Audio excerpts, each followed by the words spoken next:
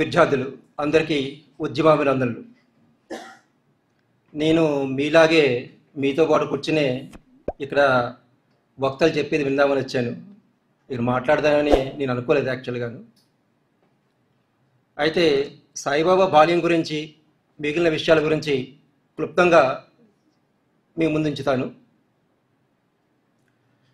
ఇప్పుడైతే మొత్తం దేశవ్యాప్తంగాను ప్రపంచవ్యాప్తంగాను పోలియో మీద అవగాహన ఉండి పుట్టినప్పటి నుంచి 5 సంవత్సరాలకు పోలియో చుక్కలతో విస్తృత కార్యక్రమాలు నడుస్తున్నాయి.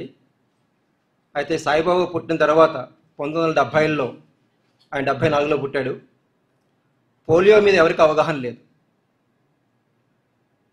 అది 5 సంవత్సరాల వరకు సాయిబాబా మనందరిలాగే చిన్నతనంలో బాగా నడిచేవాడు, బాగా ఇంట్లో తిరుగుతూ ఉండేవాడు. 5 సంవత్సరాల తర్వాతే ఆయనకు పోలియో వచ్చిందని నిర్ధారణ అయింది. అయితే అప్పటికి కూడా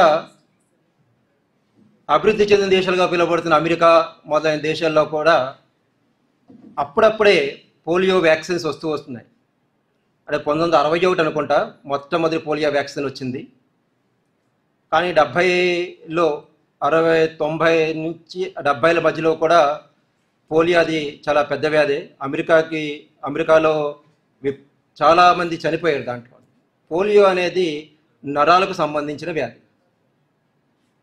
అయితే దేశంలో ఉన్న పరిస్థితులు అప్పటి పరిస్థితుల ప్రకారం పోలియోకి సంబంధించిన మెడిసిన్స్ కానీ వ్యాక్సిన్ కానీ లేదు. దీంతో క్రమంగా సాయిబాబాకు సంబంధించిన ముఖ్యంగా కాళ్ళకి నరాలు పనిచేయకుండా అయిపోయినాయి. దాంతో ఆయన పూర్తిగా నడవడానికి అనుకూలంగా కాకుండా మారిపోయాడు. అయినప్పటికీ కూడా ప్రాథమిక విద్యాభ్యాసం అయితే ఒక పాఠశాలకు ఎక్కడికో వెళ్ళి ఏం చదవలేదు. ఆయన 5వ తరగతి నుంచే స్కూల్లో జాయిన్ అయ్యాడు. 6వ తరగతి నుంచి హై స్కూల్కి వెళ్ళాడు. అయితే అమ్మ కానీ నాన్న కానీ మేము కానీ లేదా ఆయనకున్న స్నేహితులు కానీ స్కూల్కి తీసుకెళ్ళడం, కాలేజీకి తీసుకెళ్ళడం చేస్తూ ఉండేవాళ్ళం. మనలాగే అందరిలాగే సైన్స్ అంటే చాలా ఇష్టపడేవాడు సార్. కానీ తనకున్న అనేక కారణాల మూలంగా అక్కడ అధ్యాపకులు నీవు సైన్స్ కంటే ఆర్ట్స్ సబ్జెక్ట్స్ ఏమన్నా ఎంచుకోవడం మంచిది అని అన్నారు. ఆ సలహాతో ఇంగ్లీష్ లిటరేచర్కి మారిపోయాడు. ఆ కాలంలో ఆయనకి ఫ్రెండ్స్ కానీ మిగిలిన వాళ్ళు కానీ చేసిన హెల్ప్ చాలా ఆయన ఉద్యమాలు రావడానికి ఉపయోగపడిందని చెప్పుకోవచ్చు. 1990లో హైదరాబాద్ వచ్చిన తర్వాత అంటే ఒక అమలాపురం అనే ఊర్లో తూర్పుగోదావరి జిల్లా, ఇప్పుడు డాక్టర్ బిఆర్ అంబేద్కర్ కోనసీమ జిల్లాగా పిలుస్తున్న జిల్లాలో ఎస్కేబిఆర్ కళాశాల అని ఉండేది. దాంట్లో ఆయన intermediate MPC BA English literature చదివాడు. అక్కడి నుంచి ఎంఏ లిటరేచర్ కోసం సెంట్రల్ యూనివర్సిటీ హైదరాబాద్లో జాయిన్ అయ్యాడు. అది ఆయన రాజకీయ ప్రస్థానానికి నాందిగా చెప్పుకోవచ్చు. అప్పటి టైంలో మండల్ కమిషన్ అనుకూల వ్యతిరేక పోరాటాలు జరుగుతున్నాయి. సామాజిక పక్షం వైపు ఉండాలని ఆలోచిస్తూ ఈ సమాజంలో ఉన్న అసమానతలు కానీ, దోపిడీ కానీ, కుల వివక్షత కానీ ఇవన్నీ చూసుకుంటే సహజంగానే ఈ కింది వర్గాలకి రిజర్వేషన్ అనేది ఉండాలి అని సాయిబాబా అప్పుడు భావించాడు. దాంట్లో భాగంగా మండల కమిషన్కి సపోర్టుగా విద్యార్థి ఉద్యమంలో పాల్గొన్నాడు. అదే టైంలో చంద్రబాబు నాయుడు ముఖ్యమంత్రి అయిన తర్వాత మొత్తం విద్యా వ్యవస్థని ప్రైవేటీకరణ చేయాలని, ముఖ్యంగా ఉన్నత విద్యను ప్రైవేటీకరణ చేయాలని తీవ్రమైన ప్రయత్నాలు ప్రారంభమయ్యాయి. దాంట్లో భాగంగా మెడిసిన్, ఇంజనీరింగ్ మొదలైన టెక్నికల్ విద్యా వ్యవస్థలను కూడా ప్రైవేట్ పరం చేయాలని ఆలోచిస్తున్న సందర్భంలో సాయిబాబా వివిధ విద్యార్థి సంఘాలతో కలిసి విద్యా ప్రైవేటీకరణకి వ్యతిరేకంగా రాష్ట్ర స్థాయిలో, అంటే అప్పటి ఉమ్మడి ఆంధ్రప్రదేశ్లో పెద్ద ఎత్తున పోరాటం సాగించారు. దాని ఫలితంగా మెడికల్ కాలేజీలు, ఇంజనీరింగ్ కాలేజీలు ప్రైవేట్ కావడం అనేది సంవత్సరం నుంచి 2 సంవత్సరాల వరకు ఆగిపోయినాయి. ఆ పోరాట తీవ్రత ప్రకారం అప్పట్లో నేదురుమల్లి జనార్దన్ రెడ్డి ముఖ్యమంత్రిగా ఉండేవాడు. ఆ ప్రభావం మూలంగా నేదురుమల్లి జనార్దన్ రెడ్డిని ముఖ్యమంత్రి నుంచి తీసేయడం జరిగింది. అట్లా విద్యార్థి ఉద్యమంతో ప్రారంభించిన సాయిబాబా జీవితం ప్రజలకు సంబంధించిన, పౌర సమాజానికి సంబంధించిన అనేక రంగాలతో ముడిపడి వచ్చింది. దానికి ప్రధాన కారణం ఆయన అధ్యయనం. చిన్నప్పటి నుంచి కూడా, అంటే నాకు ఊహ చేసినప్పటి నుంచి కూడా ఇప్పటి వరకు, అంటే అక్టోబర్ 12 చనిపోయే రోజు వరకు ఏదో ఒక విషయాన్ని, ఏదో ఒక పుస్తకాన్ని చదవని రోజు అంటూ లేదు సాయిబాబా. అనేక పుస్తకాలు చదివాడు. ఈ అభ్యాసం వల్ల, అధ్యయనం వల్ల ఆయనకి అనేక అంశాల మీద, ముఖ్యంగా సామాజిక అంశాల మీద, సమాజంలో జరుగుతున్న దోపిడీ వ్యవస్థ మీద ఒక స్పష్టమైన అవగాహన వచ్చింది. ఈ స్పష్టమైన అవగాహనతో తను ఢిల్లీలో ఉన్నప్పుడే, అంటే 2013లో అప్పటి ఢిల్లీ విశ్వవిద్యాలయం BA కోర్సుల్ని 3 సంవత్సరాల నుంచి 4 సంవత్సరాలుగా మార్చాలనుకుంది. 4 years కోర్స్. అది ఇప్పుడు అఫ్కోర్స్ జాతీయ విద్యా విధానంలోకి భాగం అయిపోయింది. అప్పట్లో కూడా, అంటే ఇప్పుడు కూడా జాతీయ విద్యా విధానం తీసుకుంటే NEP 2020 తీసుకుంటే 24 విద్యార్థులను ఏ దిశగా ముందుకి ప్రభుత్వం తీసుకెళ్లాలనుకుంటుంది స్పష్టంగా తెలుస్తుంది. మనకు చెప్పేది ఏంటంటే 4 సంవత్సరాల డిగ్రీలో జాయిన్ కాండి, మనకి సానుకూలంగా లేకపోతే ఫస్ట్ ఇయర్లోనే మానేయండి, సెకండ్ ఇయర్లో కూడా మీరు వెళ్ళిపోవచ్చు, థర్డ్ ఇయర్లో ఒక డిగ్రీ ఇస్తాము, 4 year చదువుకుంటే మీకు ఫుల్ డిగ్రీ 4 years కోర్స్ వస్తుంది, లేదా స్పెషలైజ్ వస్తుందని చెప్తున్నారు. అంటే మనం మామూలుగా ఆలోచిస్తుంటే ఈ సమాజంలో కింద స్థాయి నుంచి వచ్చేవాళ్ళు 4 సంవత్సరాల పాటు ఫీజులు కట్టి చదువుకోగలుగుతారా? ఒకటోది. తల్లిదండ్రులకు లేదా వాళ్ళ కుటుంబాలకు ఉన్న ఆర్థిక సౌలభ్యత లేని కారణంగా ఎక్కువగా మొదటి సంవత్సరం చదివిన తర్వాత, రెండో సంవత్సరం చదివిన తర్వాత మానేయడానికి అవకాశాలు ఎక్కువగా ఉన్నాయి. అంటే చివరిగా విద్యార్థుల్ని ఈ ప్రభుత్వం ఏం తయారు చేయాలనుకుంటుందంటే అమెజాన్ డెలివరీ బాయ్స్ కింద తయారు చేయాలనుకుంటుందా? అంటే ఆ మాత్రం చదువుకుంటే డెలివరీ బాయ్స్ ఉద్యోగాలు వస్తాయి, అంతే ఆపేద్దాం అనుకుంటున్నారా? అదేనా ఈ NEP ముఖ్య ఉద్దేశం అంటే? అదే కానీ చాలా ఎక్కువ శాతం మనం నిరూపించగలుగుతాం. ఎందుకంటే ఒక నిర్దిష్టమైన డిగ్రీ కానీ లేదా ఏం చదవకుండా భవిష్యత్తులో పై తరగతులు కానీ ఉన్నత విద్య కానీ పోవాలంటే అవకాశం లేకుండా చేసేవే ఈ NEP ప్రధాన ఉద్దేశం. దానికి సాయిబాబా అప్పట్లోనే 2013లోనే దీన్ని వ్యతిరేకిస్తూ మాట్లాడుతూ ఉన్నారు. అట్లా విద్యార్థి ఉద్యమం నుంచి తర్వాత కాలంలో సాయిబాబా ప్రజా ప్రతిఘటన రూపాల వైపు, ఉద్యమాల వైపు తన ప్రయాణాన్ని కొనసాగించాడు.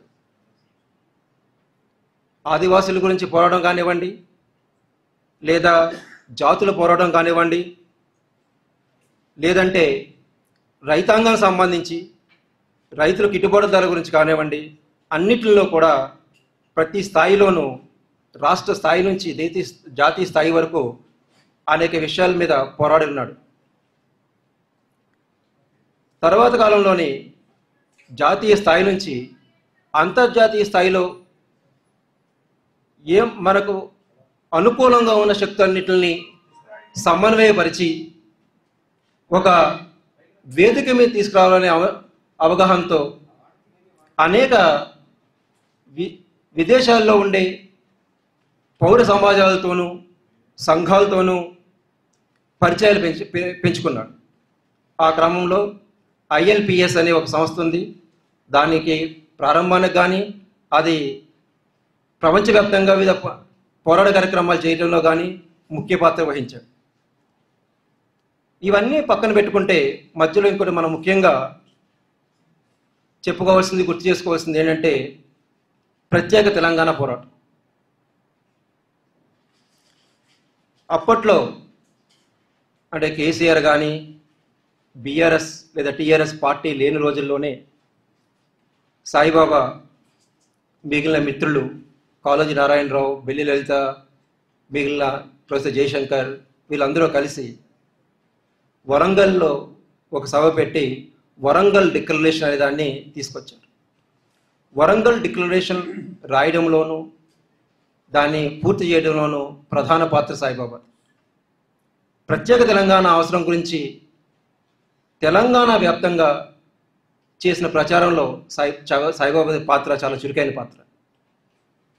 అయితే ఈ తెలంగాణ గురించి మాట్లాడుతూ రెండు ముఖ్య విషయాలు చెప్పింది ఏంటంటే, ఒకటి భౌగోళిక తెలంగాణ ప్రత్యేకంగా ఏర్పడడం, రెండవది సామాజిక తెలంగాణ ఏర్పడడం. ఎంతో కొంత అర్ధ విజయమైనప్పటికీ కూడా భౌగోళిక తెలంగాణ ఏర్పడడం అనేది ఒక అంశం అని మాత్రం చెప్పాడు. భౌగోళిక తెలంగాణ ఏర్పడిన తర్వాత ఆ భౌగోళిక తెలంగాణలో సామాజిక పరిస్థితులు, దాంట్లో ఉన్న భిన్న వర్గాలకి ఎటువంటి అవసరాలు ఉంటాయి, ఆ అవసరాలని కొత్తగా ఏర్పడే తెలంగాణలో ప్రభుత్వం ఏమి చేయాలి, ఏమేమి అవసరాలు ఉన్నాయి, రైతులకు ఏం అవసరము, విద్యార్థులకు ఏం అవసరం, ఉపాధ్యాయులకు ఏం అవసరం ఉంది, రైతు కూలీలకు ఏముంది, కౌలు రైతులకు ఏం కావాలి, అట్లాగే శ్రామికులకి ఏం కావాలి, అన్ని విషయాల మీద విపులంగా స్పష్టమైన అవగాహనతో తెలంగాణ డిక్లరేషన్ రాయడం జరిగింది.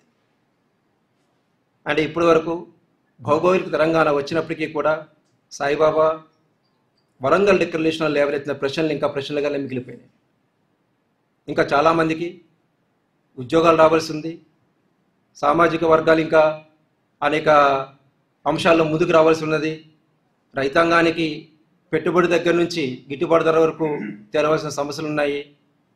అవి ఇప్పటికీ అట్లాగే ఉన్నాయి. అలాగే మనం గత 3-4 సంవత్సరాల్లో చూసుకుంటే హర్యానా రైతులు పంజాబ్ ప్రాంతంలోనూ కేంద్ర ప్రభుత్వానికి వ్యతిరేకంగా తీవ్రమైన పోరాటం చేస్తున్నారు. ఆ కేంద్ర ప్రభుత్వం తీసుకొచ్చిన చట్టాలను కూడా వెనక్కి తీసుకునేలాగా పోరాటం చేశారు. దీని కూడా సాయిబాబా కొంచెం దగ్గరున్న అంశమే. ఎందుకంటే సాయిబాబా అప్పట్లో దేశవ్యాప్తంగా రైతాంగ పోరాటానికి తెలంగాణ ప్రాంతంతో పాటు దేశవ్యాప్తంగా ఉన్న రైతులను కదుపుతూ అనేక ఉద్యమాలు చేశాడు. కర్ణాటకలో ఉన్న రైతు నాయకులు ప్రొఫెసర్ నంజుండ స్వామి, యూపీ ఆ ప్రాంతంలో ఉండే మహేష్ టెకాయత్ అనే రైతు నాయకులు, వీళ్ళందరితో కలిసి దేశవ్యాప్తంగా రైతాంగ పోరాటం నిర్వహించారు. అంటే ఇవన్నీ నేను ఎందుకు చెప్తున్నానంటే, ఒక విద్యార్థులుగా మీరు కానీ మనం కానీ గుర్తుపెట్టుకునే విషయాలు సాయిబాబా జీవితం నుంచి 3 ముఖ్యమైన విషయాలు ఉన్నాయి. ఒకటి అధ్యయనం. మనకు దొరికిన పుస్తకం వల్ల చదవండి, పూర్తిగా చదవండి, స్టాండర్డ్ టెక్స్ట్ బుక్లు చదవండి, సామాజిక రంగానికి సామాజిక పరివర్తనకు ఉపయోగించే సరైన పుస్తకాలు చదవండి. సాయిబాబా జీవితం అంతా చదువులోనే గడిపాడు. ఆయన జనరల్గా కూడా స్కూలిస్టిక్గా లేదా మెరిట్ ప్రకారం చూస్తే ఫస్ట్ క్లాస్ విద్యార్థి, గోల్డ్ మెడల్ సంపాదించిన వాడు, గోల్డ్ మెడలిస్ట్. ఓకే, అది కాకపోయినప్పటికీ కూడా మన అవగాహన, మన సామాజిక పరివర్తన, సామాజిక అంశాల పట్ల ఉన్న అనేక పుస్తకాలు ఎప్పుడు చదువుతూ ఉండని చెప్పేవాడు. అవి మీరు కూడా చదవాలని చెప్తున్నా. అది సాయిబాబా నుంచి మొదటి విషయం. రెండవది, మనకి ఎంత కష్టం ఉన్నా సరే అది శారీరకంగా కానివ్వండి, మానసికంగా కానివ్వండి, సామాజిక పరంగా కానివ్వండి, మనం అనుకుంటే దాన్ని చేపట్టి ముందుకెళ్ళగలుగుతాము. దేనికి అడ్డంకిగా భావించకండి, దేన్నైనా జయించడానికి ప్రయత్నించండి. అది ప్రజల పక్షాన ఉండే ప్రతి విషయాన్ని కూడా ఇది మనం చేయలేము, కలగలేము, ఇది మనకు మించిన అంశం అనుకోవద్దు. మనం అనుకుంటే దేన్నైనా జయించగలిగి ముందుకెళ్ళగలుగుతాం. దాన్ని దృష్టిలో పెట్టుకోమని చెప్పాడు. అది రెండవ అంశం. మూడవ అంశం, విస్తృత పరిచయాలతో సమాజాన్ని ముందుకు తీసుకెళ్ళండి. కార్యాచరణ చాలా ముఖ్యమైనది. అనేక సంఘాలు ఉంటాయి, అనేక పార్టీలు ఉంటాయి, అనేక వామపక్షాలు ఉంటాయి, వివిధ రకాల భావాలు కలిగిన వాళ్ళు ఉంటారు, భిన్నంగా ఆలోచించే వాళ్ళు ఉంటారు. విప్లవోద్యమం ఉంటుంది, విప్లవోద్యమానికి సానుభూతి పరులు ఉంటారు. ప్రజలకు ఏదైతే అవసరమో ఆ సమయం కాలం అనుగుణంగా ఉండే అన్ని శక్తుల్ని కలుపుకుని ఒక ఐక్య సంఘటనగా ముందుకెళ్ళండి. ఆ ఐక్య సంఘటనలో మనం ప్రధానమైన పాత్ర వహిస్తూ అందరి భావాల్ని గౌరవిస్తూ ముందుకెళ్ళాలనేది మూడో అంశంగా చెప్తాను. నాలుగో అంశం ఏంటంటే, మనం ఎక్కడైతే బయలుదేరినామో మన మూలాలు ఏమున్నాయో అవన్నీ గుర్తుపెట్టుకుంటూ వీటితో పాటు మనం ఇంకా ప్రజలకు చేయవలసిన ఏమన్నా ఉంటే అవన్నిటినీ కూడా ప్రజల పక్షాన్ని నిలబడి చెయ్యండి అని చెప్పారు. ఈ 4 అంశాలు మీరందరూ కూడా గుర్తిస్తారని, సాయిబాబా ఒక్కడుగాను అందరితోనే కలిసి అనేక పోరాటాలు చేస్తున్నాడు. ఈ పోరాటాలు, ఈ ఉద్యమ విజయాలు లేదా పరాజయాలు ఇంతటితో ఆగిపోయే కాదు. మన మీద ఇంకా చాలా బాధ్యత ఉంది. మనం ఇంకా ముందుకు నడిపించవలసిన అవసరం చాలా ఉంది. కాబట్టి సాయిబాబా ఆశయాల్ని కొనసాగిద్దామని కోరుకుంటూ నాకు అవకాశం ఇచ్చిన నిర్వాహకులకు ధన్యవాదాలు తెలుపుతూ సెలవు తీసుకుంటున్నాను.